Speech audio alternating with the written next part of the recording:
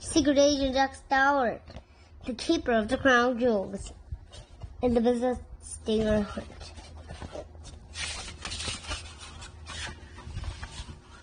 Chapter 1. The Magic Break. It was a rainy day on the night of May, and Jack Stalwart was sitting at his desk in his bedroom doing his homework. His first grade class was studying the history of the British Empire. In front of him was a long list of British kings and queens who had ruled the country since the time of William the Conqueror. He looked at the list and his eyes glazed over. There is no way I'm going to memorize these names by tomorrow. There are too many of them. Jack closed the book, decided to take a break. Walked over his bedside table and opened the top drawer. Inside was one of his favorite books, Master the Art of Magic. He pulled it out, sat on his bed, and began reading the section called Appearing Coin on page 31. Jack smiled to himself. This was much more fun than homework. Ever since Jack's uncle Richard had taken him to see the master magician Ivan the Incredible in London, he'd been fascinated by the art of illusion. He'd watched the magician make an enormous elephant disappear right on stage. Towards the end of the show, he escaped from a straitjacket while hanging on a fiery pit. Incredible was the right word. Jack had never seen anything like it before. As soon as he got home that night, Jack asked his mom for a book of magic. On his birthday, she surprised him with the Master the Art of Magic. It was the biggest selling book on magic and, in Jack's opinion, just about the best. Every page was chock full of exciting tips on how to fool your friends' family with magical tricks. Last night he learned how to bend a spoon. Tonight he was going to learn how to pull a coin out of the thin air. Jack reached into his top drawer and grabbed some sticky tape. Then he pulled the coin out of his trouser pocket. Cutting off a piece of tape, he stuck the coin onto the back of his finger. Doing as the book said, he reached behind his ear and flipped the middle finger forward. The coin naturally appeared in the palm of his hand.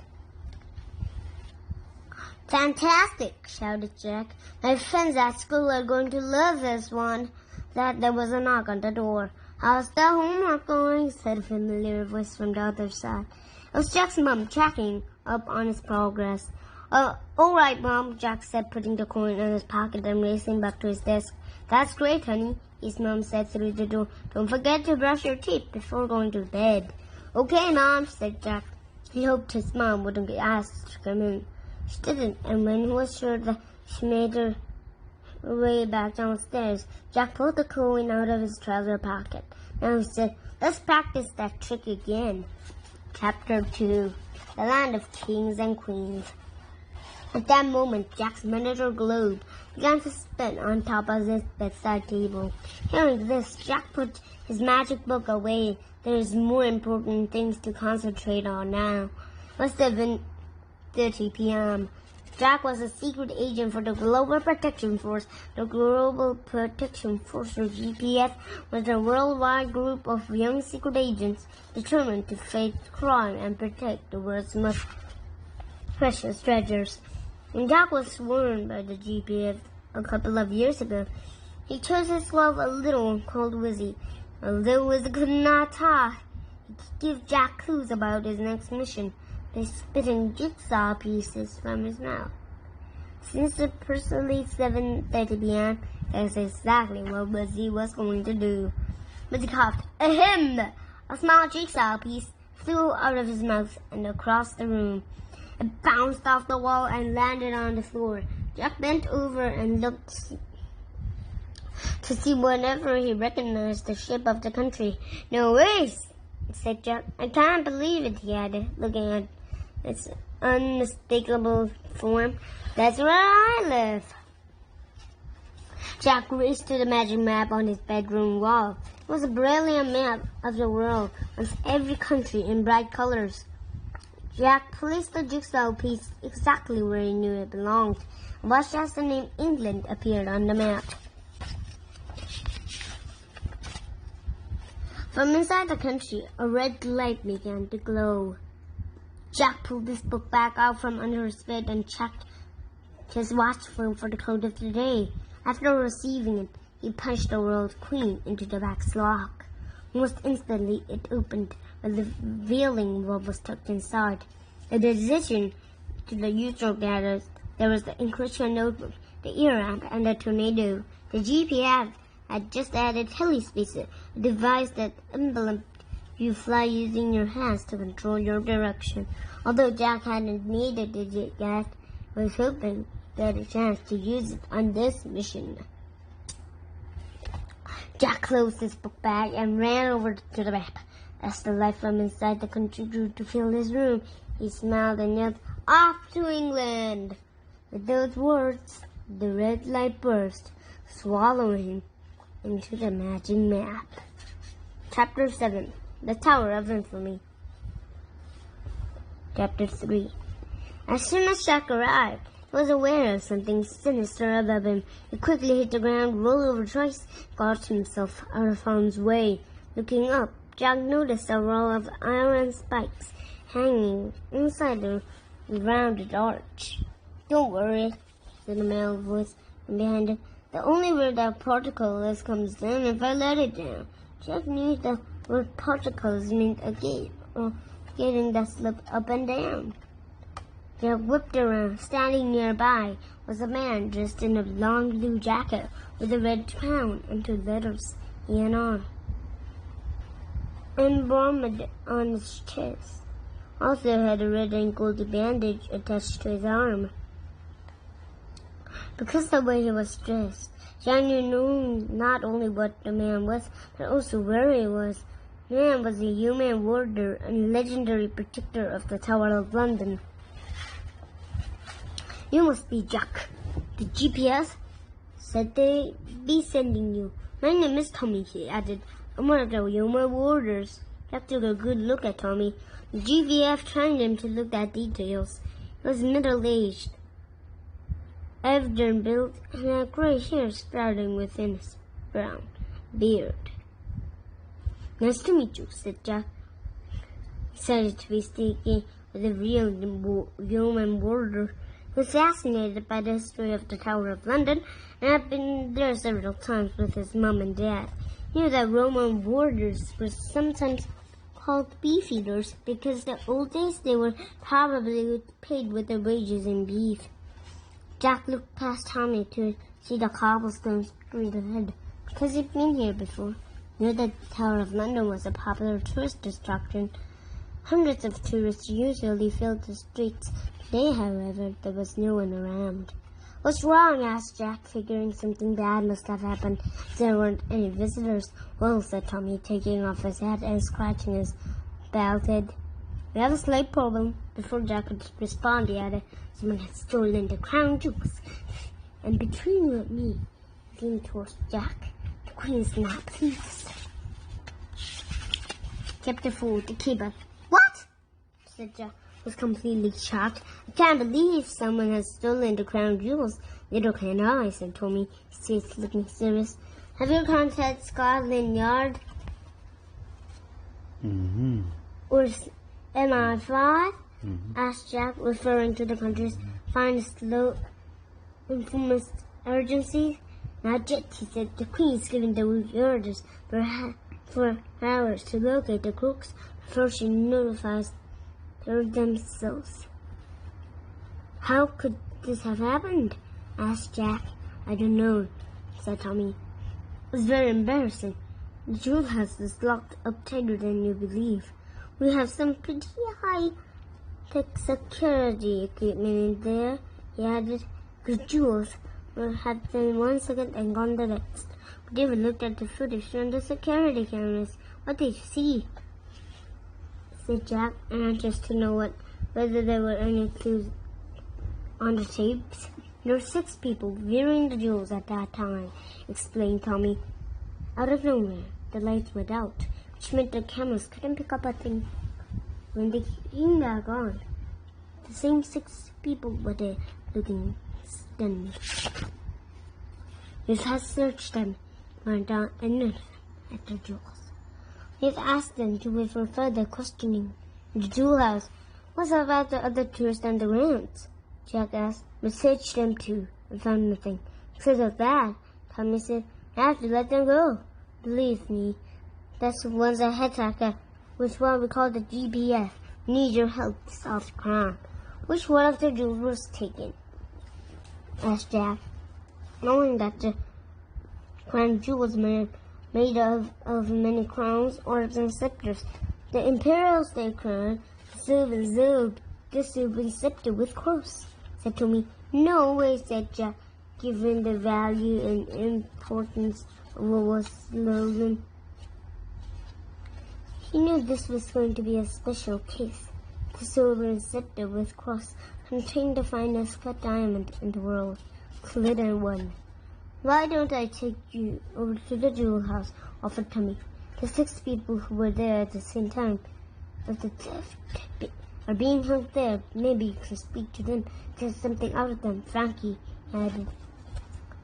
I'm not sure they had anything to do with this. Tommy led Jack up the water lane and past the medieval palace, sat Thomas Tower, and to the Raiders' Gate. They hung left, Wakefield Tower, and walked up another stone archway. As they climbed another cobblestone street, Jack spied something black cages through a crumbling stone wall on his right. That's where the ravens are, said Jack, pointing in the direction of the gates. He remembered seeing them on his last visit. Is it true that one of them leaves? That means there will be no more kings and queens of England? That's what they say, young man, said Tommy. But I'm not sure I entirely believe it, but just in case, we clip their wings so that there is no chance of finding out. Chapter 5. The interrogation. Tommy led Jack past a large building with 4 tourists. This was the White Tower, the oldest part of the Tower of London. It was built after William the Conqueror captured London in 1066. Jack climbed a few stairs to the top of the country yard. To his left was a paved area with a monument in the window. That's Tower Green, said Tommy, nodding in the direction of the monument. That marks the place where 7 famous people were beheaded. Like Anne Boleyn, said Jack. Remember that Henry the VLL, the third, and excused his second wife here. And Cadger Howard, said Tommy, and another of Henry's wives. Lord Hastings, and you said here too. Here too. Jack galloped at of the what would feel like to have your head chopped off by an axe. He and Tommy hurried past Tower Green towards a large golden-colored building that was nearer than the others. Here we are, said Tommy, pointing to the building. This was water rackets. Inside is the jewel house. He motioned for Jack to follow him. Behind the doorway was a series of rooms with giant movie screens, each of one playing a film about the history of the king's jewels. Walking through, they reached an open vault door that led to where the crown jewels were kept. In the middle of the room were 5 glass cases, standing in a row. Each one was as tall as a man and was capped with a seal on top of the stone at the bottom. Side of the cases were flat, moving walkway, a clever way Jack reckoned to keep the tourists moving through. Because of the theft, the walkway was now turned off. Jack walked over and looked closely at the cases. The imperial state crown was missing somewhere, and the silver scepter with cross and the silvers all were missing from the others. The last around the case wasn't broken. And as far as Jack could tell, the top of the bottom was still intact. The only thing left was the red and gold pillow, which the jewels once lay. In the corner of the room were 6 people, a peasant, the town of the cry, the church vicar, and a younger man, a mother and a daughter, and an elderly couple. The elderly woman was standing at the help of a walking stick. Besides the first impressions, Jack was going to have to agree with Tommy. They didn't look like a bunch of criminals. More importantly, none of them looked like they were carrying the crown jewels. Jack opened his book bag and grabbed his encryption notebook. As soon as he placed his thumb over the glass, the encryption notebook turned itself on, reading his thumbprint, and identified him as the rightful owner. Jack took the pen from the side of the gadget and made a note of the date, May 9th. When he was ready, he approached the victor and the young man. "Hi there," said Jack. "My name is Jack Stalwart." He turned to the victor first. "Can I have your name?" said Father Type. He answered, smiling. Jack turned to the young man. "And yours?" he asked. "Edward Pigeon," he replied. "Thanks," said Jack. Make a few note on their appearance. Father Type, in particular, had a familiar look about him. "Would you mind stepping over here while I ask you a few more questions?" Wanted to make sure that I didn't have power over the and led the man over to a side room where the queen's priceless cremation robe hung in a massive glass case. "Where did you work?" Jack asked, carrying on with the interrogation. "Both worked just on 2B Street," said the vicar. Jack thought about the churches in Tudor Street in London. "A Southwark Cathedral?" he asked, remembering the location of that famous church.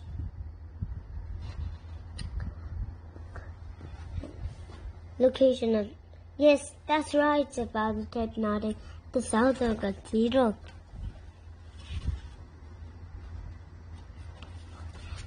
"I was wondering," said Jack, turning to the vicar first. "It's good to strive.